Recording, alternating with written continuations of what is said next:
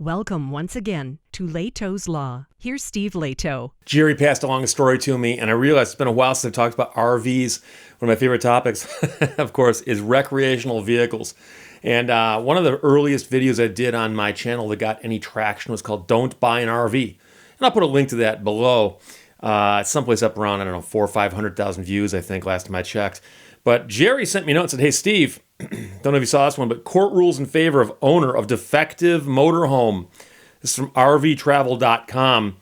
And the United States District Court for the District of Oregon has awarded a partial judgment for an RVer against the RV corporation, Newmar, which is now part of Winnebago Industries. And Jerry, in his note, mentioned to me, I think he was hinting that he might be buying an RV, and he was joking about putting up a video to counter my argument about don't buy an RV.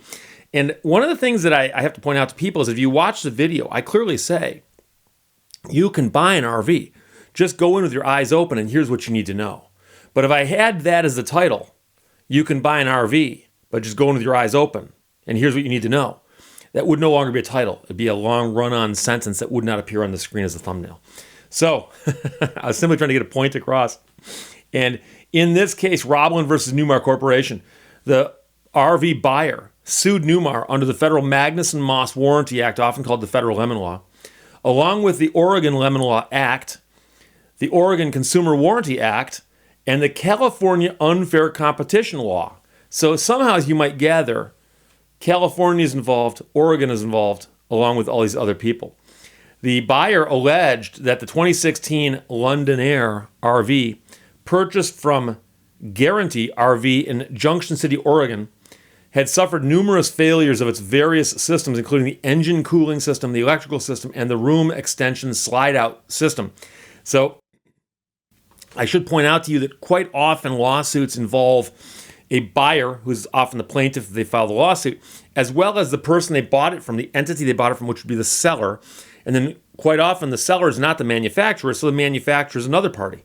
So it's possible in many of these cases that you have a buyer from one state, a seller from another state, and a manufacturer in a third state.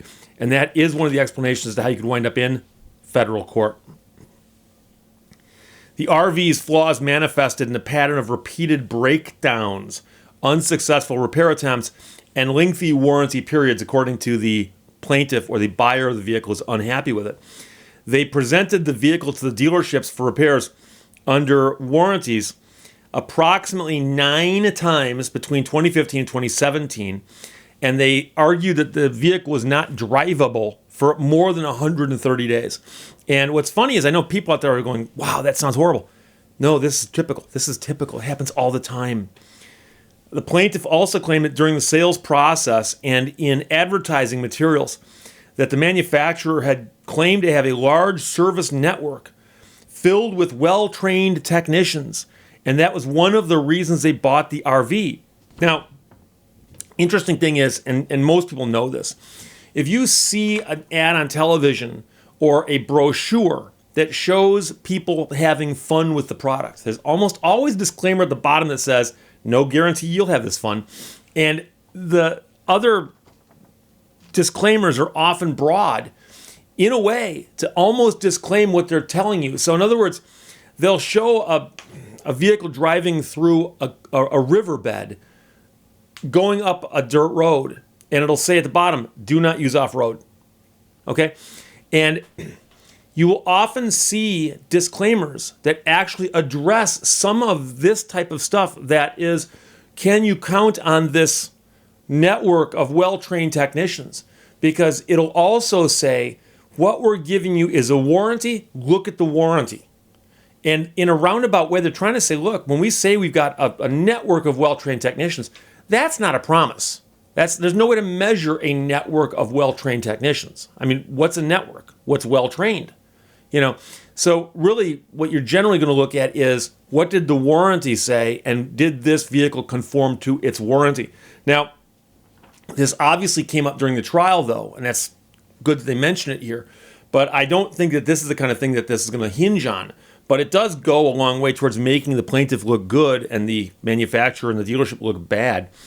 Because Personnel at the various authorized service centers, including both in Oregon and California, continually demonstrated that they were not properly trained and lacked the expertise to provide the high level of service promised, according to the buyer of the RV. Now, this is what happens, and this is the headline, subheadline.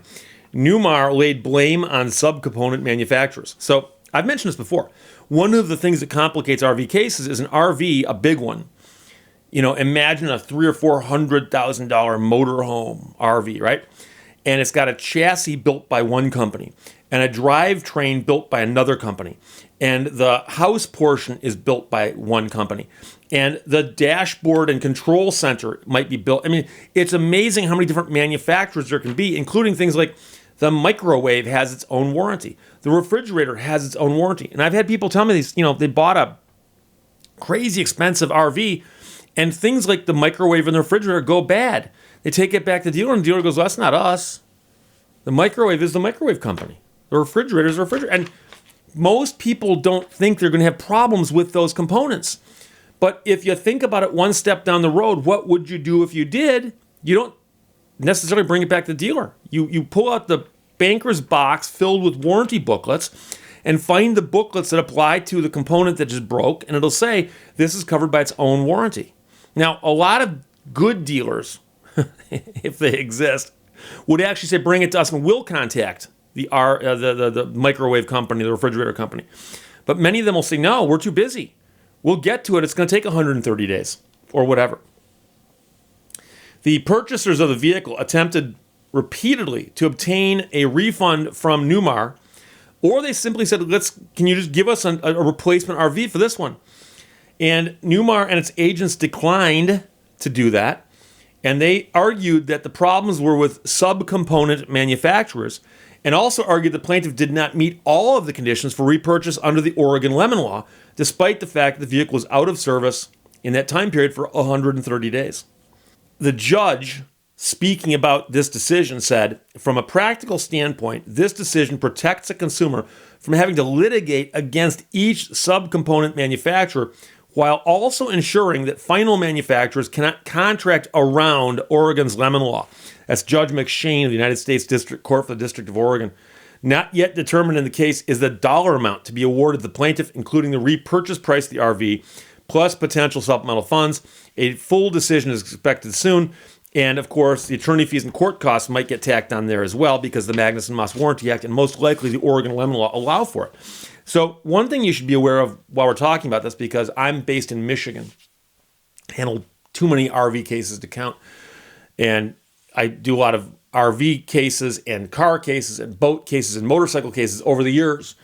And one of the biggest problems we have is that in many states, including Michigan, the state lemon law does not cover RVs. Now, it sounds like the Oregon lemon law does. I've also heard there's other states, maybe California, might cover them, but the vast majority of states don't. So if you have a vehicle that's defective, if it's a car, lemon law covers it. If it's an RV, it depends what state you're in. Good news is the Magnuson-Moss Warranty Act covers consumer goods in all 50 states and Guam. But the point there is that the Magnuson-Moss Warranty Act says that a vehicle or product that cannot be repaired after a reasonable number of repair attempts should be bought back by the manufacturer or replaced at the discretion of the consumer. But the big question becomes, what's reasonable? And RV manufacturers will argue, and these people apparently did, that 130 days out of service in the first 2 years of ownership is not unreasonable. Now, they'll do that with a straight face. Now, what I like to point out is if you're going to go RV shopping, just for yucks, okay? When you're shopping for an RV and you're sitting down with a salesperson and you're getting ready to ink a deal, lean over and say, I'm curious, if this vehicle was out of service for 130 days in the first 2 years of ownership, would you buy it back? Or would you tell us that that's normal? Watch what they say. Oh, no, of course not. Hey, if anything goes wrong with it, bring it back. We'll take good care of you. We'll take care of you. Oh, yeah, just bring it back here. We'll take care of you. No. That'll never happen. These things are great. Just bring it back. And you might say, Steve, the salesperson is lying to you, aren't they? No, they're not lying to you. Because the lemon law and the Magnuson-Moss Warranty Act make the manufacturer buy it back, not the dealership. So the dealership is always going to say, no. Bring it back. We'll take care of you. You bring it back to them, they'll take care of you under warranty authorized by the manufacturer, and that's where the 130 days racks up, because they're going to say, hey, we called them and said, hey, there's a problem with your slide out. And they said, well, we got to send someone out to look at it. And that guy's not going to come by for 3 weeks. So till then, you've got an RV. I know people who've actually sold everything they owned, big stuff, and bought an RV to drive the country, travel the country in their golden years. What do they do when the RV is in the shop for 130 days? So they can't live in the RV while it's on the lot at the dealership. I don't think the dealership will allow that. So that's a problem. So that's a good story that Jerry passed along. And it's from rvtravel.com. And like I said, the story's actually not over. It's just the judge has said, I'm ruling in favor of the consumers on this one, on these issues of law. And he's going to then issue an opinion, presumably, which will end with a $ and a big number following it. And then I'll explain who gets to keep the RV and who gets the money. So there you go. I will update you if I see an update on this one. But it's good news for at least one set of RV owners. Questions, comments, put them below. Let's talk to you later. Bye-bye. Thank you for watching Lehto's Law. Cheers to a new year and another chance for us to get it right.